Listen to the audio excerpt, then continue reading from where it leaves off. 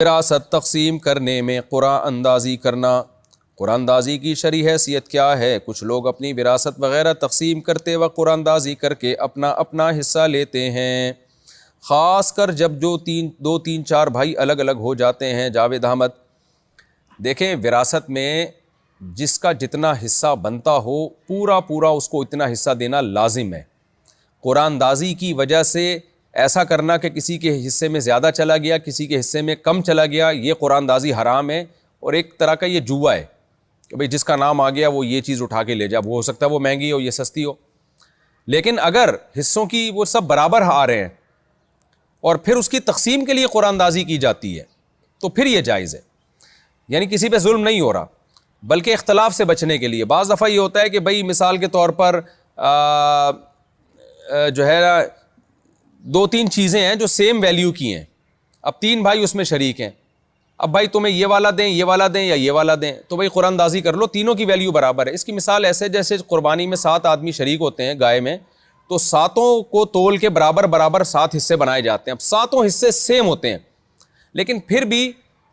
اب ایک آدمی ایک حصہ اٹھا رہا ہے تو دوسرے کے دل میں وسوسہ آ سکتا ہے کہ یار ایسا تو نہیں کہ یہ زیادہ اچھا گوشت تھا تو اس لیے یہ لے کے جا رہا ہے، تو اس میں پھر قرآن اندازی کی جاتی ہے کہ بھائی ہم کوئی اس میں فرق نہیں کر رہے، بلکہ جس کے نام کی پرچی جس کے حصے میں نکلے گی وہ حصہ اس کو دے دیا جائے گا۔ تو یہ سہولت میں یعنی تقسیم میں سہولت پیدا کرنے کے لیے، لڑائی سے بچنے کے لیے اور اختلاف سے بچنے کے لیے، اور یہ اس بات سے بدگمانی سے بچنے کے لیے کہ کوئی یہ نہ ہو کہ کوئی یہ کہہ کہ فلاں کے ساتھ زیادہ احسان کیا جا رہا ہے فلاں کو محروم کیا جا رہا ہے۔ اس عمل سے بچنے کے لیے اگر وراثت کی تقسیم میں قرآن اندازی کی جاتی ہے پھر تو ٹھیک ہے، لیکن دپل والی قرآن اندازی کہ جناب وہ چیز مہنگی ہے یہ سستی ہے تو قرآن اندازی میں جس کا نام آ گیا ہم اس کو دے دیں گے، یہ ٹھیک نہیں ہے، کیونکہ اس میں واضح طور پر ظلم ہو رہا ہے اور اس قرآن اندازی کی کوئی حیثیت بھی نہیں ہے۔ پھر شادی کے بعد عورت کا میکہ وطن اصلی شمار ہوگا؟ اگر عورت کی شادی ہو جائے تو والدین کا گھر وطن اصلی میں شمار ہوگا یا نہیں؟ سیف اللہ،